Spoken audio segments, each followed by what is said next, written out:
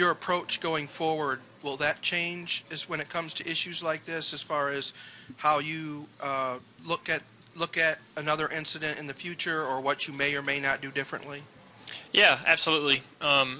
It changed the way I feel about it, to where if I know that if I know I've suffered another concussion, or if I have symptoms after an accident, I'm definitely going to be a lot more responsible about it.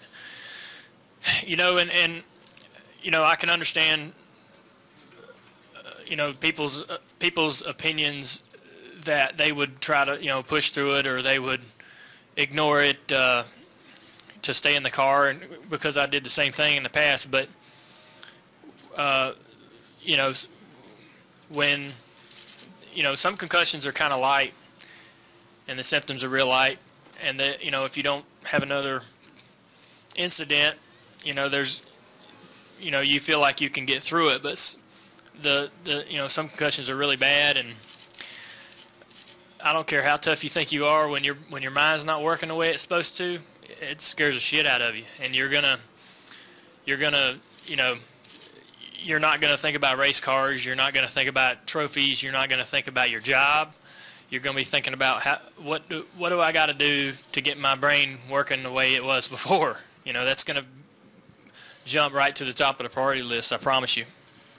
And so I definitely take it more seriously now after everything I've learned, and I'm glad I did what I did. I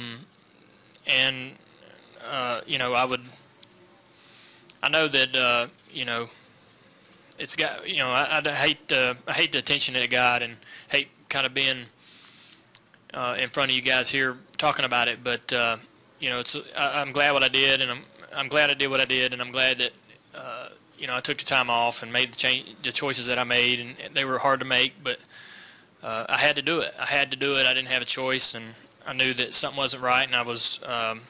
You can't layer concussions. It's really dangerous doing that, and it's. You read about it in the papers, and I was going through it. I was living it, so I had to make a choice, and I feel like I made the right one.